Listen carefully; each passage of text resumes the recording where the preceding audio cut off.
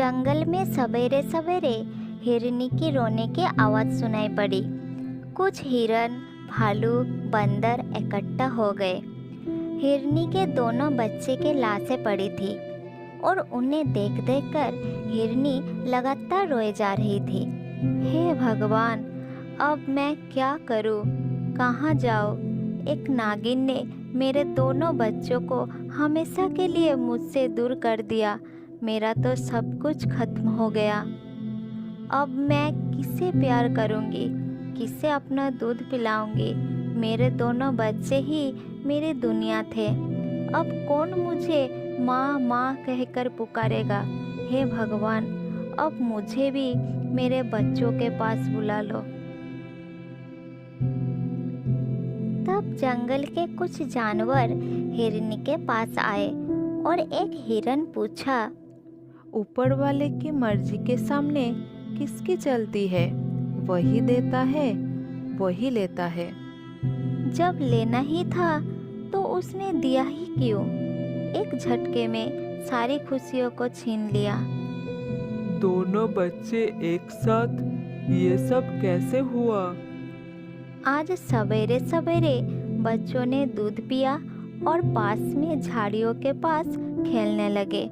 अचानक एक जहरीले नागिन ने बड़े को डस लिया। तब वो चिल्लाया तो छोटे भी उसके पास आया। छोटे ने गुस्से में नागिन को मारना चाहा तो दुष्ट नागिन ने उसे भी काट लिया और भाग गई। उस नागिन ने मेरे दोनों बच्चों को मुझसे हमेशा के लिए छीन लिया। बहन, ये तो बहुत बुरा हुआ। वैद काका आ गए हैं। वो दोनों बच्चों की नाड़ी देखना चाहते हैं। हाँ हाँ वैद जी, जल्दी देख लीजिए। एक बुजुर्ग भालू वैद ने दोनों बच्चों की नाड़ी देखी और उन्होंने नकारात्मक इशारों से सर झुका दिया। माँ हिरनी उन्हें देखकर फिर से रोने लगी। दोनों मासूम बच्चों की लाश सामने पड़ी थी और ऐसा लग रहा था जैसे दोनों सो रही हो। मौत ने तो उन्हें हमेशा के लिए सुला ही दिया था। आसपास सभी जानवरों की आंखें नम हो गई थी।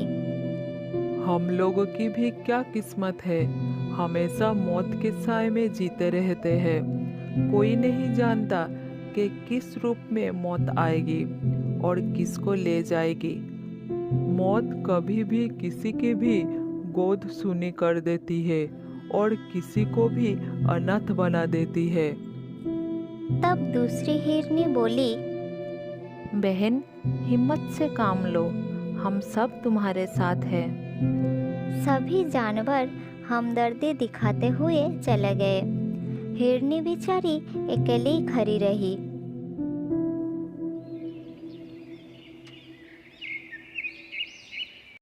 कुछ दिन ऐसे ही बीत गया।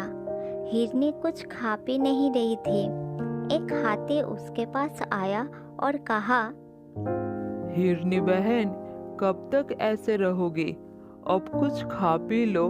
ईश्वर तुम्हें सब कुछ सहने की शक्ति दे, यही मेरी प्रार्थना है। ये लो, कुछ चारा लाया हूँ, खा लो। उसके बाद हाथी चला गया। हाथी के बहुत जिद करने के बाद हिरनी ने कुछ चारा खाया और चुपचाप खड़े रही। बार बार दोनों बच्चों के ही ख्याल आ जाता था। उसके बाद कुछ दिन बीत गए। अचानक एक दिन उस झाड़ी से कुछ नागिन के बच्चे बाहर आए। एक बंदर की नज़र उस नागिन के बच्चों पर पड़ी। वो उन्हें मारने के लिए आगे आया। तब नागिन भी बाहर निकल आई और नागिन ने बोली, नहीं बंदर भाई, ये मेरे बच्चे हैं, मेरे जिगर के टुकड़े हैं, उन्हें मत मारो। मैं तुम्हारे आगे हाथ जोड़ती हूँ। जहरीले नागिन, मैं तुझे नहीं छोड़ूंगा और तेरे बच्चों को भी मार दूंगा। तुम लोग अपने जहर से दूसरे को मारते हो, दूसरों की दुनिया उजाड़ते हो। बंदर का ऐसा रूप देखकर माँ हिरनी समझ गई कि अब नागिन और उसके बच्चों की खैर नहीं है। नागिन खुद को बचाकर भाग जाएगी, लेकिन उसके बच्चे भाग नहीं पाएंगे।